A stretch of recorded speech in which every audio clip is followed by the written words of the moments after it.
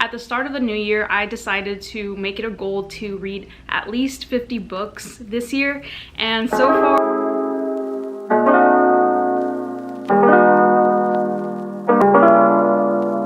I felt angry, happy, sad, and surprised frequently, and all at once. A heartbreaking story that stays with me. Hope everyone gives a read.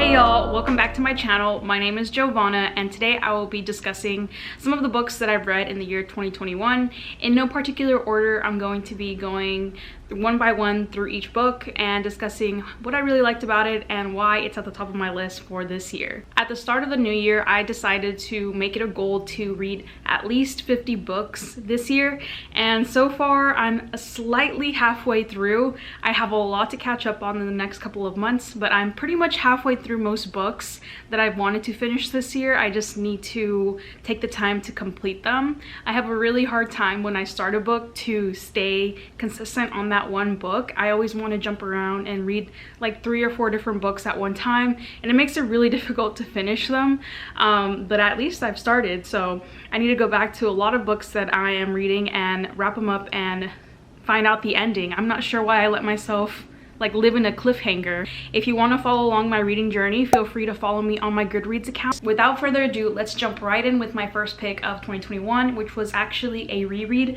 of The Four Agreements. I read this book years ago. My mom gave me a copy in Spanish, so I initially read this book in Spanish. It's written by Don Miguel Ruiz, who discusses his 4 agreements to life, and if you get into the book, it's actually a pretty simple book to read.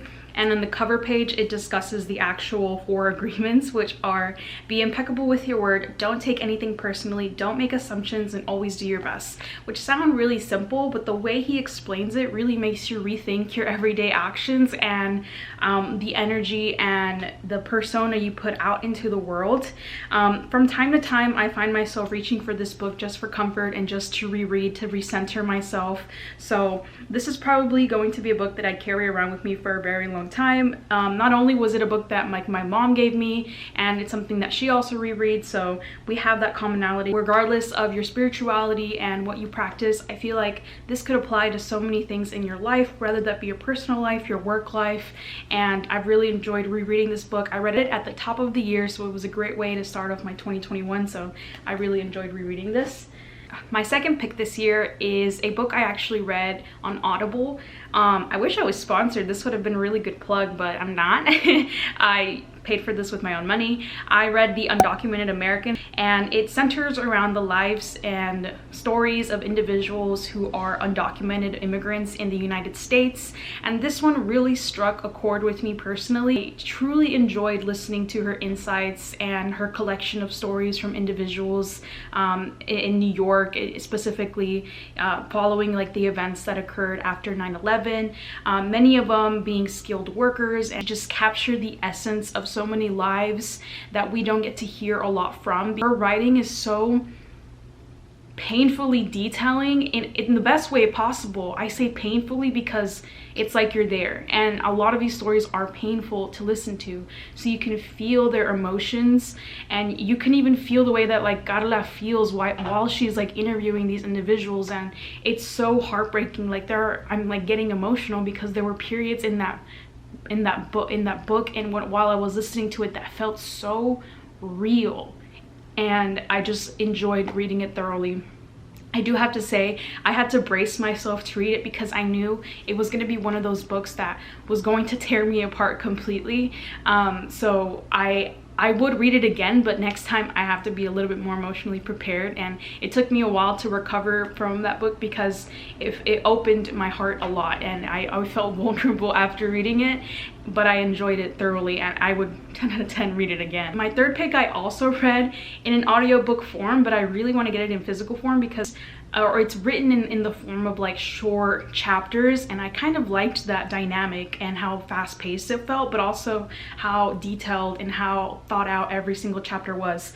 The third book is In the Dream House by Carmen Machado, and it's extremely striking, and that's exactly how I would describe her writing because it hits points so quickly, and if you blink or if you pause or if you're distracted, you'll miss it. And I actually very much enjoyed the pace of this book.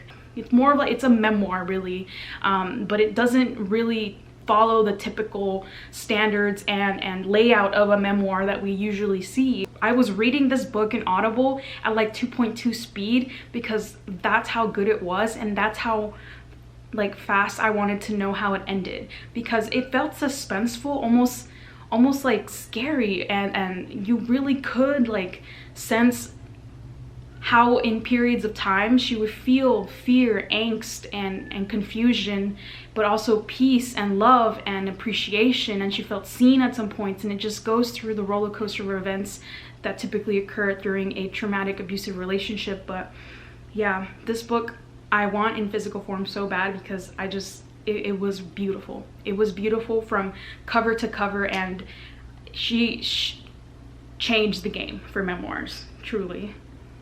Celsius break. It's different.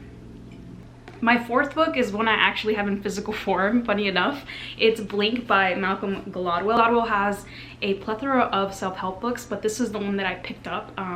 And what I really like about it is the way that he simplifies the general premise of the book. If you read a Malcolm Gladwell book, you know exactly what to expect when you're opening up one of these.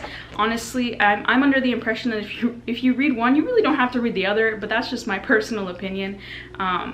But I chose this one. I had a conversation with Malcolm Gladwell. What is Blink about? It's a book about rapid cognition, about the kind of thinking that happens in the blink of an eye. When you meet someone for the first time or walk into a house, you are thinking of buying or read the first few sentences of a book. Your mind takes you about 2 seconds to jump to a series of conclusions. Well, Blink is a book about those 2 seconds, because I think those instant conclusions that we reach are really powerful and really important, and occasionally really good.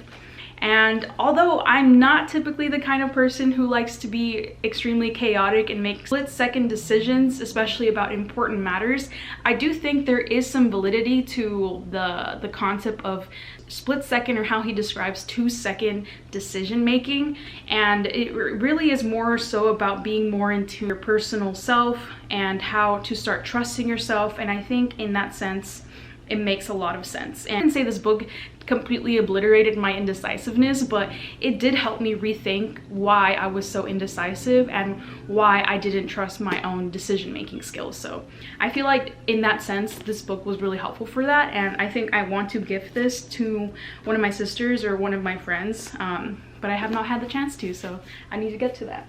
The next book I want to highlight, I read in my Kindle, so I don't have the physical form either, is Such a Fun Age by Kiley Reid. I really liked how this author kind of didn't make this a happy ending. It like has like a very unsettling ending to it, but such is life. Most things don't have happy endings, and most things really don't end amazing and well. And if you're looking for a happy ending type of book, this is not the book for you. Book centers around the story of a Black babysitter and a rich white woman who happens to be a writer, and honestly you could probably fill in the blanks, but I found the story to be pretty interesting. So the next book that I want to highlight is a book called AOC, The Fearless Rise of Alexandria Ocasio-Cortez and What It Means for America by Lynda Lopez, who is a journalist and anchor for a news station in New York. I actually think that Lopez is actually Jennifer Lopez's sibling. I may be wrong about that, but I'm pretty sure she is. I just think it's really interesting that she collected like a series of essays and thoughts and opinions regarding the election of AOC into her position in the US House of Reps. I personally really like hearing how different people were impacted by it. I think there's a lot of like overlapping experience overall, and I think overall everyone is very inspired by her feat. Next book I want to highlight is Verity by Colleen Hoover. I don't need to tell y'all who Colleen Hoover is. I'm pretty sure we've all heard of the author, and I'm pretty sure we've all heard of this book, and everyone talks about just the suspense, the chilling effect, the fear it kind of incited at some point. But overall, it was a fantastic book. It follows the story of an individual who takes a job as a ghostwriter for a well-known author who is unable to write their own book, I'll say that, and ends up in a very sticky situation with their spouse. So I don't want to reveal too many details, but the book is very intriguing and it will definitely have you turning pages really fast. So that's all I'll say on that. I really don't want to spoil anything. I have the tendency of doing so. The next book I want to highlight is a book that really surprised me, if I'm being honest. It was called Beartown by Fredrik Backman, and I was not expecting to enjoy this book at all, just from like the looks of the cover. It was like regarding like a hockey team. It gave me in the beginning that when I like read like the first, like when I read like a couple of reviews about the whole premise of the story, with the whole talk about the hockey team and such in a small town and tight-knit community, it gave me kind of like Mighty Duck vibes at first. But once I actually started reading it, and even like the first line really gets you hooked on the book, and I kind of could not stop reading it, and I was like, wow, okay. Backman really went into detail in creating the characters and helping you create that attachment to their personality and different members of the hockey team, and how like vivid their descriptions and personalities and even families and how they differed and interacted with each other. I think that was the most captivating part of the book, and it really had me feeling kind of emotional towards the storyline and how the ending came about, and how one of the characters in particular had a tragic situation occur. So I don't want to get too much into the weeds and the details of the book because I don't want to spoil it and I want y'all to read it.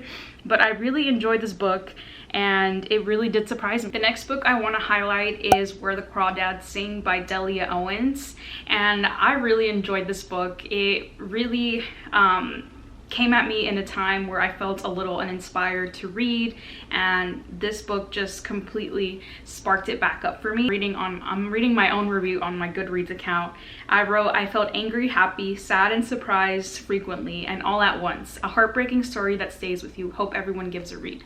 Centers around the story of Kaya, who lives in a small town and is from a poor family who used to be a big family, but they split apart and go their separate ways, leaving Kaya behind, who is the youngest of the family, with her father.